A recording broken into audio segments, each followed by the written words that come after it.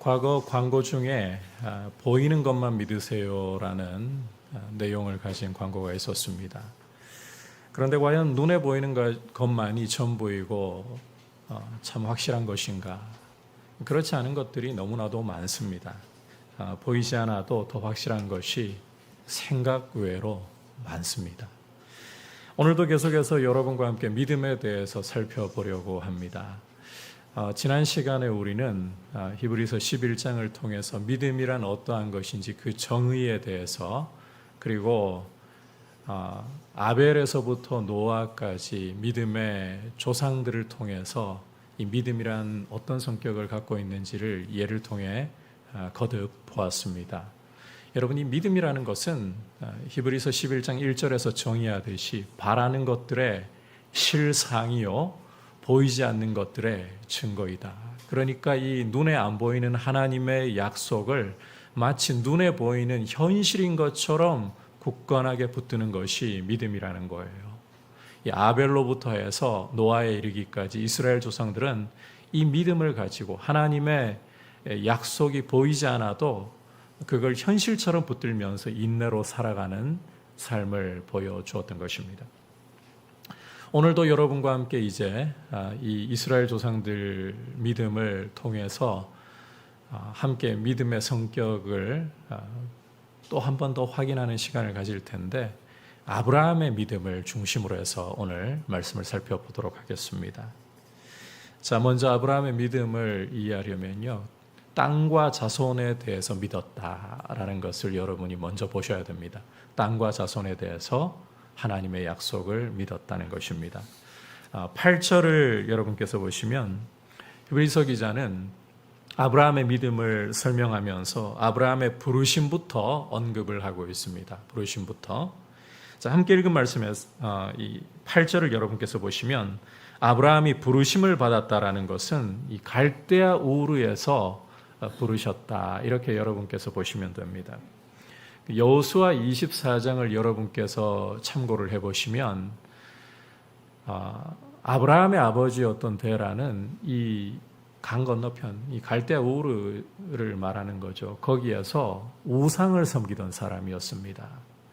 그러니까 아브라함 역시 그 아버지 데라를 따라서 우상을 섬기는 사람이었다. 처음에는 우상을 섬기는 사람이었다. 이렇게 우리가 이해할 수 있다는 거예요. 자, 그런데 영광의 하나님이 그에게 나타나 보이셔서는 내 고향과 친척을 떠나서 너에게 보여줄 땅으로 가라, 이렇게 명령을 주십니다. 자, 주목할 것은 그 말씀을 받았을 때, 그 부르심을 받았을 때 아브라함은 순종했다는 거예요. 순종해서 장래에 기업으로 받을 땅으로 나아갔다는 것입니다. 자, 무엇보다 그는 갈 바를 알지 못하고 그 땅을 향해 나아갔다는 거예요. 갈 바를 알지 못하고 나아갔다. 여기에서 볼 수 있는 아브라함의 믿음의 특징은 말씀에 순종하는 거예요. 그것도 어디로 가야 할지 길도 몰라요. 그냥 하나님 보여주시는 대로, 이끄시는 대로 따라가는 것뿐이에요. 그렇게 이르고 보니까 약속의 땅이더라는 거예요.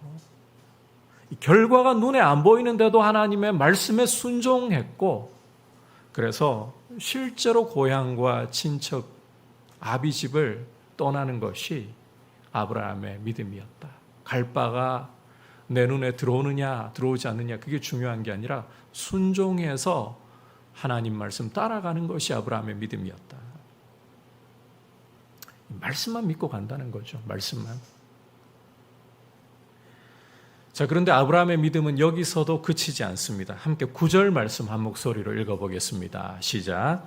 믿음으로 그가 이방의 땅에 있는 것 같이 약속의 땅에 거류하여 동일한 약속을 유업으로 함께 받은 이삭 및 야곱과 더불어 장막에 거하였으니. 자, 앞서 본 대로 아브라함은 갈 바도 알지 못한 채 그저 하나님의 부르시는 말씀에 순종해서 따라가다가 보니까 가나안 땅에 이르렀다고 했잖아요. 자, 그런데 그가 말씀 따라서 온 이 가나안 땅에 마치 이방의 땅에 거하는 것 같이 거류했다. 이 동일한 약속을 받은 이삭과 야곱과 함께 장막에 거주했다. 이 장막에 거주했다. 이렇게 말씀합니다. 여러분, 분명히 하나님께서 아브라함에게 보여주시는 땅, 약속의 땅에 온 것인데 왜 그 땅에 자리를 잡고 집을 짓고 살지 않고 거류했는가? 장막에 거주했는가? 그것도 아브라함뿐만 아니라 그 아들 이삭과 손자 야곱 때에 이르기까지. 자, 이 질문에 대한 답을 우리가 살펴보기 전에 아브라함과 더불어서 사라의 믿음 또한 잠시 좀 짚고 가야 할 필요가 있습니다. 그 부분을 또 이야기하기 때문이에요.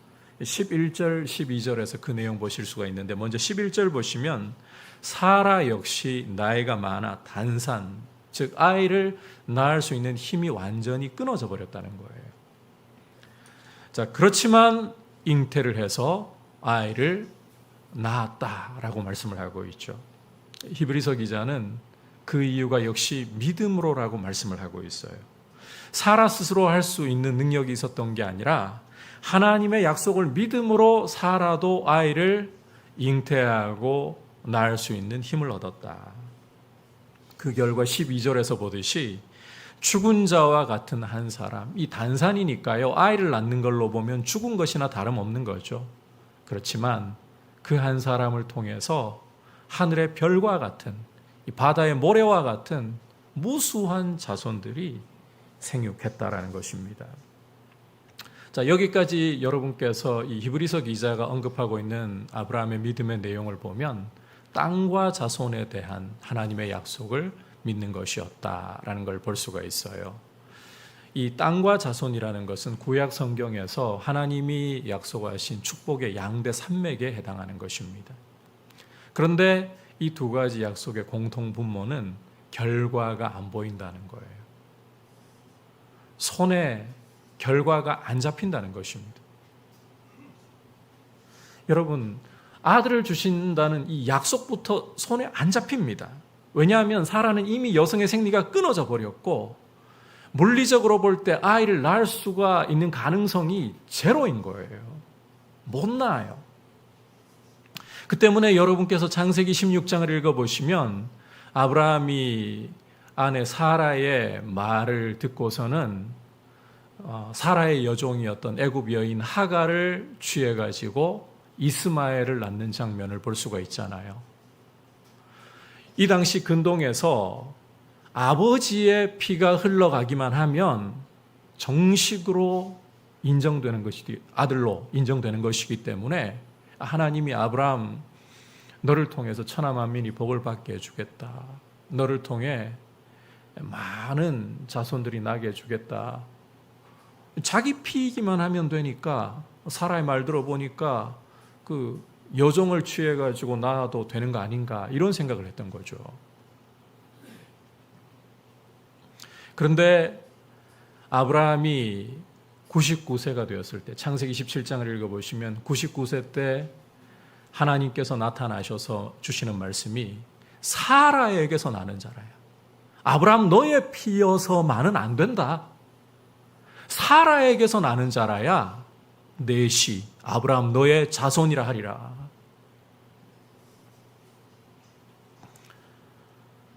이미 생리가 끊어진 여자예요. 더 이상 아이를 낳을 힘이 없어요. 그런데 바로 그 여인을 통해 하나님은 아브라함의 자손을 만드시겠다는 거예요. 눈으로 볼 때 불가능한 이야기, 상식적으로 불가능한 이야기입니다. 그러나 히브리서 기자는 이 결과가 안 보이고 불가능한 이 말씀을 아브라함이 사라가 믿음으로써 잉태할 힘을 얻었다라고 말씀을 하고 있어요. 그래서 이삭이 태어나는 것입니다. 물론 창세기 17장과 18장을 여러분께서 읽어보시면 아브라함과 사라가 처음부터 온전하게 이 말씀, 이 약속을 잘 믿었던 거 아닙니다. 하나님께서 그 99세 때 아브라함에게 나타나셨다 했잖아요. 그리고는 사라에게서 태어날 자가 너의 아들이다, 너의 씨다 말씀을 주셨다 했잖아요. 그때 아브라함은 엎드려가지고 하나님 말씀을 듣고 있다가 피식 웃었어요. 이미 100세가 다 된 죽은 것 같은 내 몸에서 어떻게 사하라도 90이나 되었는데 어떻게 아이를 낳을 수가 있단 말인가. 피식 웃었어요. 어이가 없어가지고. 하나님께서는 그 아브라함의 어이없는 웃음을 들으시고는 두 가지 의미로 이삭이라는 아이의 이름을 정해주시면서 이삭이 반드시 태어날 것이다 말씀하셨죠.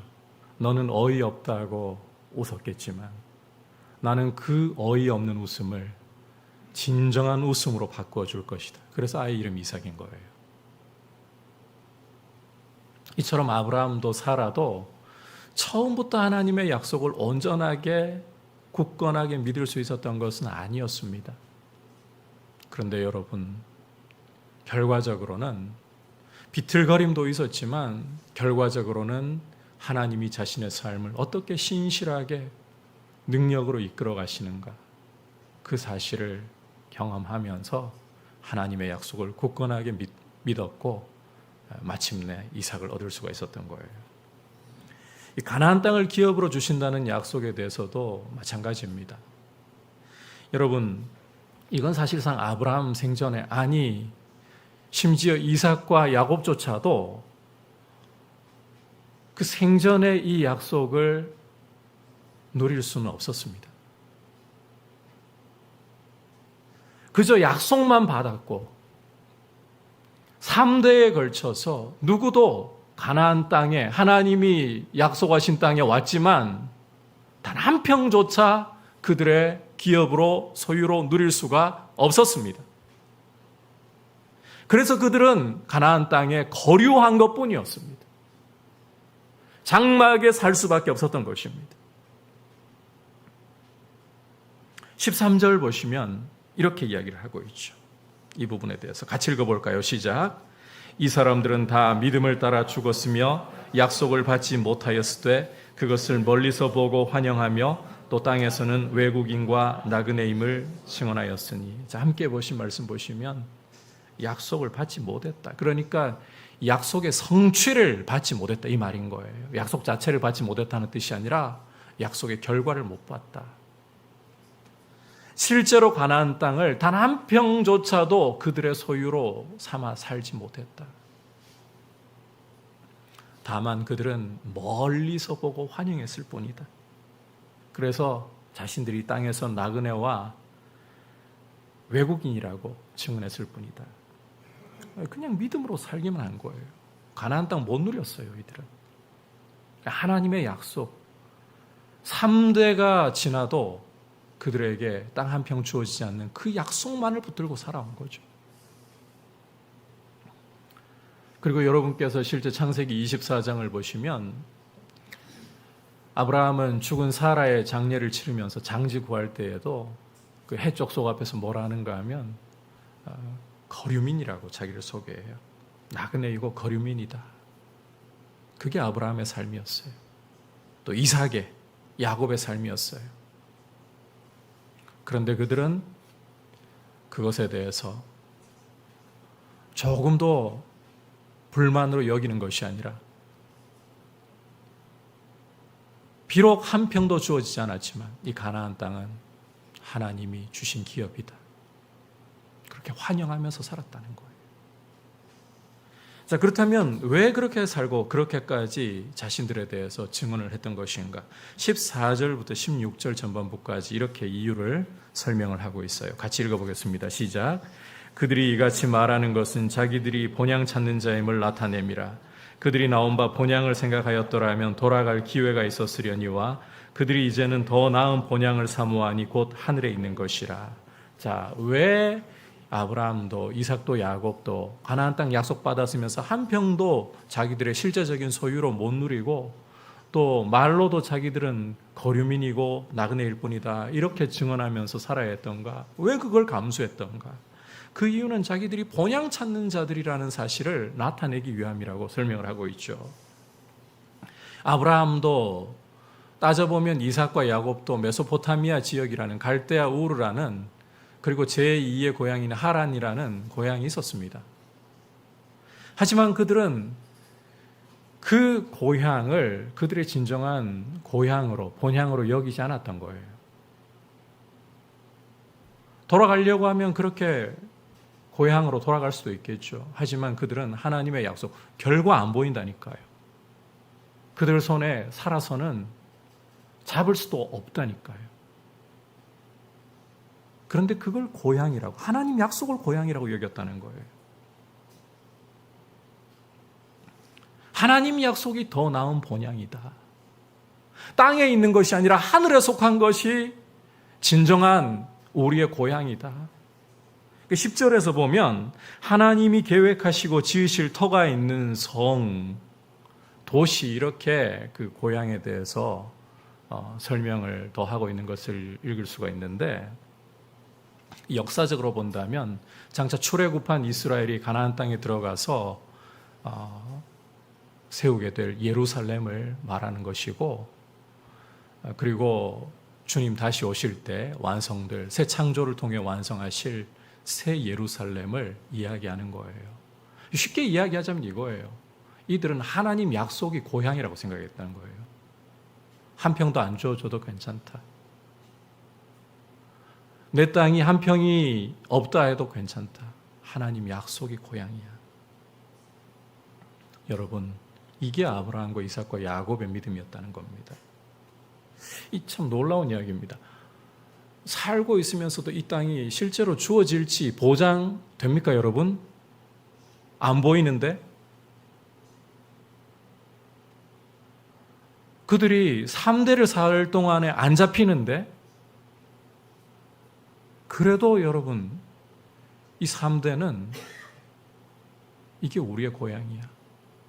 하나님의 약속이 꼭 우리의 고향이야. 하나님의 약속은 반드시 이루어지는 거예요. 그런 믿음으로 살았다는 거예요. 그래서 그 결과 16절 후반부를 여러분이 보시면 하나님이 그들의 하나님이라 일컬음 받으심을 부끄러워하지 않으셨다. 그리고 그들을 위해 한 성을 예비하셨다. 아브라함과 이삭과 야곱의 하나님이라고 일컬음 받으시는 것을 하나님 전혀 부끄러워하지 않으셨다는 거예요. 아니, 오히려 자랑스러워 하셨다는 거예요. 그리고 실제로 이 약속을 후대에 가서 이스라엘 역사에서는 예루살렘으로, 우리 주님 다시 오실 때는 아직 다 완성된 게 아니에요. 새 예루살렘으로 성취하신다는 것입니다. 자, 이게 바로 아브라함의 믿음의 특징이었다. 이제 두 번째 아브라함의 믿음의 특징은 이삭을 살리실 것을 믿었다는 겁니다. 17절 함께 한 목소리로 읽어보도록 하겠습니다. 시작.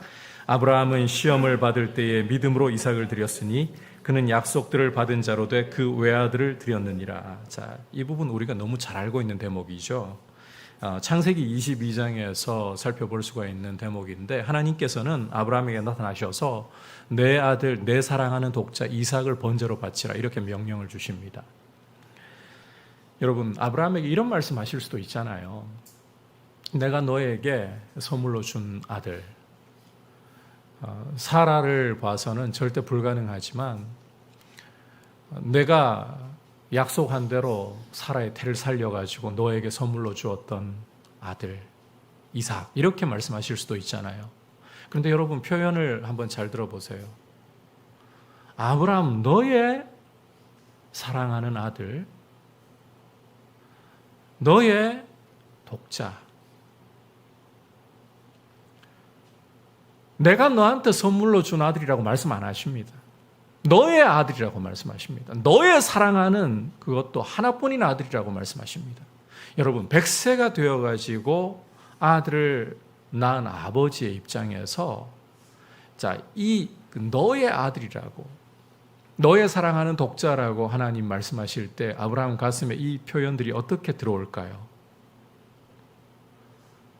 그냥 사랑이 솟구쳐 오르지 않겠습니까? 벅차오르지 않겠습니까? 그런데 하나님께서는 이런 아들을 번제로 바치라고 명령을 주고 계시는 거예요. 번제로 바치라. 여러분, 레위기 1장을 여러분께서 읽어보시면 번제라는 게 어떤 제사입니까? 짐승을 잡아가지고 각을 뜨잖아요. 그러니까 사지를 다 절단하고 다듬어가지고 이 육체를 제단에 올려서 연기가 될 때까지 올려드리는 제사이잖아요. 여러분, 이게 말이 된다고 생각을 하십니까? 눈에 넣어도 아프지 않을 아들이에요. 너의 아들이라는 말만 들어도 가슴이 벅차오를 그런 존재예요. 그런 아들을 하나님이 지금 번제로 바치라고 말씀을 하고 계시는 거예요. 그런데 여러분께서 창세기 22장을 읽어보시면 아브라함은 이 명령을, 이 말씀을 받았을 때 망설이거나 주저하는 표가 전혀 보이지 않습니다. 어떤 분들은 아브라함을 설교하시면서 아브라함이 이 명령 받고 밤새도록 고민하고 하나님께 부르짖고 하나님께 항의했을 거라고 해석하시는데 그런 표가 전혀 보이지 않아요. 오히려 여러분이 창세기 22장 읽어보시면 아브라함 아침에 일찍 일어났다 그럽니다. 성경에서 일찍 일어났다는 표현은 주저함이 없다, 망설임이 없다에 대한 관용적인 표현이에요. 게다가 하나님께서 이삭을 번제로 바치라고 명하신 모리아산, 이 모리아산까지 아브라함이 가는데 걸린 시간이 사흘이었다라고 증언을 하고 있습니다. 여러분, 사흘이라면 얼마든지 마음이 변할 수 있는 시간입니다. 처음에는 믿음이 솟구쳐 올라가지고 그래, 하나님 명령인데 하나님이 어떻게 나의 삶을 이끌어 오셨는데 믿음이 솟구쳐 올라서 드려야지 이렇게 순간적으로 결정했다 해도 사흘이 지나는 동안 여러분 오만 생각이 다 일어날 수 있는 시간입니다. 정말 많은 생각이. 여러분, 구약시대에 마귀가 없었습니까? 이삭 드렸다가 끝나는 거 아니야? 이런 생각 안 들어온다고 생각하십니까? 그런데 그 사흘 동안에 아브라함은 변심하지 않았습니다. 모리아 산에 이르러서는 종들을 데리고 올라갔다가는 틀림없이 저들이 나를 방해할 거야. 산 아래 두고 이삭만 데리고 올라갑니다.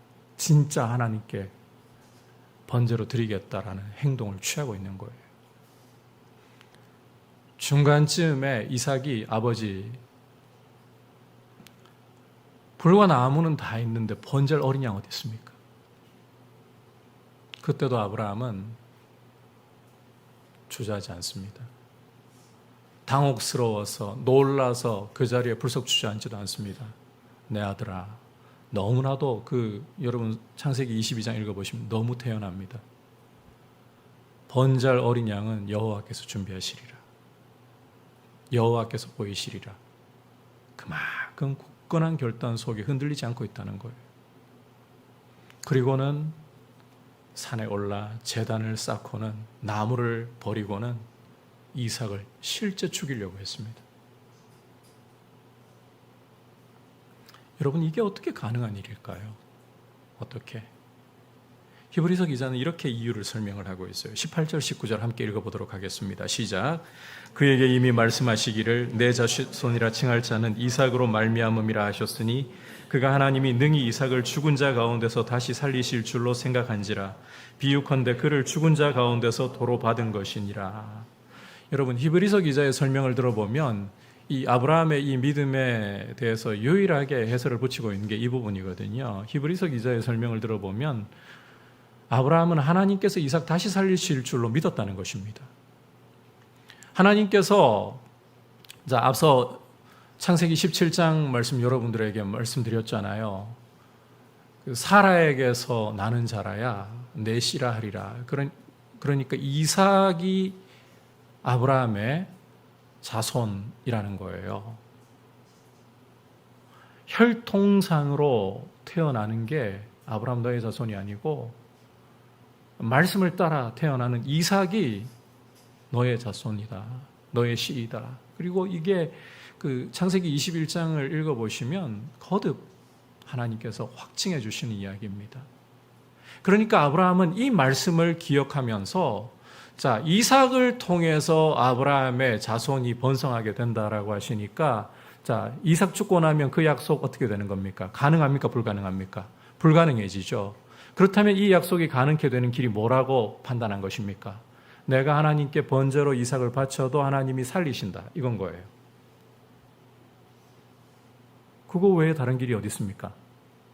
아브라함은 그거 믿었다는 거예요. 하나님이 이 이삭을 통해서 분명히 내 자손을 번성케 하시리라고 약속했는데 달라 하신다? 그러면 달라 하신 후에 돌려주신다라고 믿었다는 것입니다. 그것 말고 무슨 길이 있어요? 죽여도 살리신다. 그러니까 비유를 들자면, 실제로 그러지는 않았지만 비유를 들자면 죽은 자 가운데에서 이삭을 살리신다. 부활을 믿었다는 것입니다. 여러분, 이 아브라함의 믿음을 이제 정리를 좀 해보자면, 아브라함은 현실을 넘어서, 눈에 보이는 현실을 넘어서 보이지 않는 하나님의 능력과 그 신실한 성품을 그대로 믿었다는 거예요. 여러분, 우리도 모르는 사이에 눈앞에 보이지 않으면, 결과가 손에 안 잡히면 확실하지 않다고 생각할 때가 너무 많은 것 같습니다. 그런데 여러분, 보이는 것은 어디까지나 보이는 것일 뿐, 그게 확실하다는 보장이 없습니다.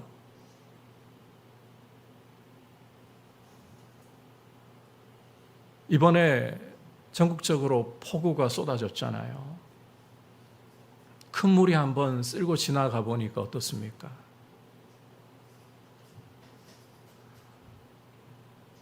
잘 지어 놓았다고 생각했던 구조물들도 무너지고 쓸려가 버리고, 이런 부분들을 여러분 뉴스상으로 보시지 않습니까? 강변에 나가봤어요. 굉장히 수위가 많이 높아지고, 그 동네 아래쪽에 보면 그 차 다닐 수 있는 도로가, 그 다리가 하나 있잖아요. 그것도 완전히 잠겨버렸더라고요. 저희가 늘 물 다 빠지고 난 후에 저희가 건너가 보았는데, 늘 다니던 길은 완전히 그 자갈밭으로 다 변해버렸어요. 마사토를 다 다져가지고 사람이 편안하게 걸어 다닐 수 있던 길이 다 드러나가지고 밑에 자갈만 남아있어요.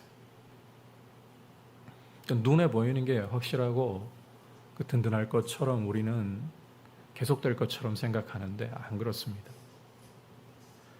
눈에 보이지 않아도 하나님의 약속보다, 하나님의 말씀보다 확실하고 견고한 것은 없습니다. 천지는 없어져도 세세토록 있는 게 바로 하나님의 말씀인 거예요. 여러분, 우리가 히브리서 11장 3절을 통해서 본 것처럼 우리 눈앞에 나타나 있는 이 물질 세계는 오히려 보이지 않는 하나님의 말씀이 만든 것입니다. 눈에 보이는 이 결과물이 오히려 하나님의 보이지 않는 말씀이 만든 것이에요. 그래서 안 보여도 어떤 것보다 하나님의 말씀을 확실하게 잡아야 된다. 하나님의 약속보다 우리에게 견고한 건 없다. 이게 아브라함의 믿음을 본받고 그 믿음의 발자취를 따라가는 사람들의 특징이어야 한다는 것입니다. 여러분, 그럴 수밖에 없는 이유가 있어요. 앞서 말씀드렸지만 하나님은 그 약속대로 이루실 수 있는 전능하신 분이고 그 성품은 신실하시기 때문이에요. 이걸 볼 수 있게 하는 게 믿음이라는 것입니다. 믿음이라는 안경을 껴야만 하나님의 약속은 확실하다. 하나님의 말씀은 분명하다. 하나님의 말씀만이 패하지 않고 영원한 것이다.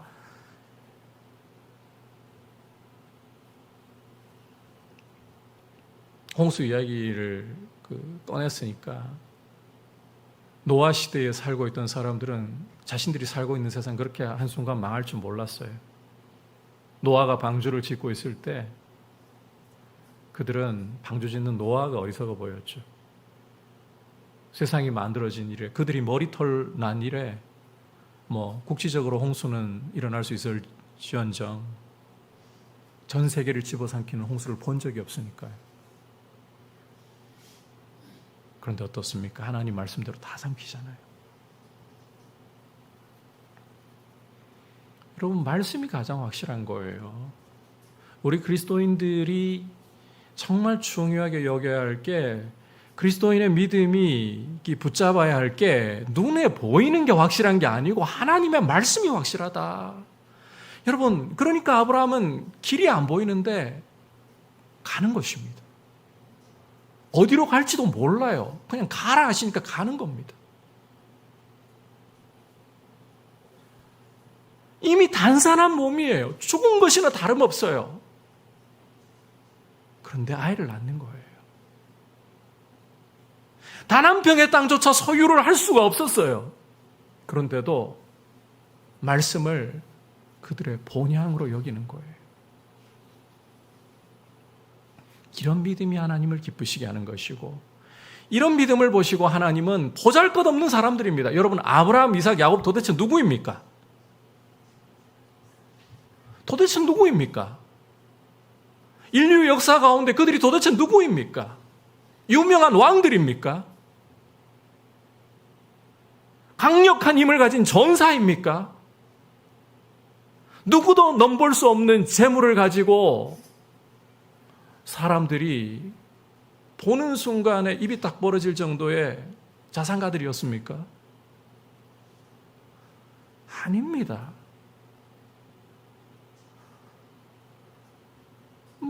볼 것 없는 사람들이에요. 집안에 우리로 따지면 애군이 드리워져가지고 아버지 데려가 그래도 우상 만들면서 유지로 살았는데 어느 날 아브라함의 동생 하란이 엄마도 없는 애 데리고 돌아왔어요. 롯이라는 애를 데리고 들어왔어요. 이것만 해도 실은 동네에서 부끄러운 일이죠.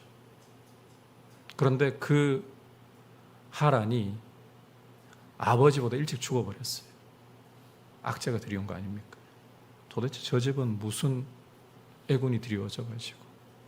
그래서 갈대우르에서 하란으로 옮겨갈 수 있는 배경이 됐던 거예요. 그런데 여러분, 데라가 하란 같은, 자기 아들 하란 같은 일이 또 일어나면 안 된다고 아브라함과 나홀에게 아내를 찾아주어가지고 집을 세워두었더니 아브라함 순서상으로 보면, 족보 순서상으로 보면 맞입니다. 애를 못 낳아요. 이런 게 있으니까 하란으로 가는 거예요.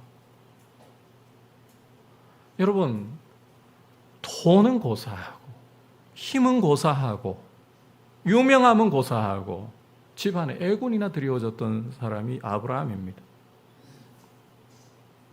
뭐 볼 게 있다고요? 이삭은 볼 거 없습니다. 이 사람 이야기 읽어보시면 우물 파다가 인생 다 산 것 같아요. 야곱 뭡니까? 외삼촌 집 가가지고 고생한 이야기밖에 없잖아요. 뭐 있습니까? 이 찌질이도 볼품 없는 사람들. 그런데 하나님은 아브라함의 하나님이라, 이삭의 하나님이라, 야곱의 하나님이라 그렇게 불리기를 원하셨고, 우리가 성경을 읽을 때 지금도 아브라함의 하나님, 이삭의 하나님, 야곱의 하나님, 볼품 없는 자들의 하나님이라 일컬음 받으심을 부끄러워하지 않으셨어요. 자랑하셨어요. 믿음 때문에 그런 거예요. 오늘 우리가 비록 남들보다 가진 것 없고 자랑할 것 없다 할지라도 보이지 않는 하나님의 약속을 이 믿음의 조상들처럼 붙들고 순종하며 살아갈 때에 이것은 오늘 우리에게도 동일한 축복입니다. 하나님은 우리를 부끄러워하지 않으십니다. 우리의 하나님이라 일컬음 받으심을 부끄러워하지 않으십니다. 그리고 우리에게도 아브라함, 이삭, 야곱에게 약속하셨던 것처럼 장차 올 새 예루살렘의 축복을, 영광의 하나님의 나라를 기업으로 얻는 축복을, 우리 몸의 부활을 하나님이 확실히 주실 줄 믿습니다. 우리는 그거 보고 살아가는 사람이에요. 그거 자랑하는 사람들인 거예요.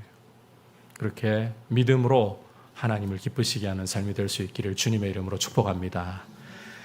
오늘 이스라엘 조상들 중에 특히 아브라함을 중심으로 그 믿음에 대해 살펴보았습니다. 여러분, 믿음이라는 것은 안 보이는 하나님 약속을 붙들고 살아가는 태도예요. 하나님은 전능하시고 신실하신 분이십니다. 이걸 붙들고 살아가는 거죠. 그리고 믿음으로 사는 것이야말로 정말 보잘것없는 우리를 하나님이 자랑스러워 하시는 길이다. 하나님을 기쁘시게 하는 길이다. 이 사실을 꼭 기억하고 믿음으로 우리의 걸음을 주님 앞에 약속 붙들고 걸어가는 모습으로 주님 앞에 드릴 수 있기를 축복합니다.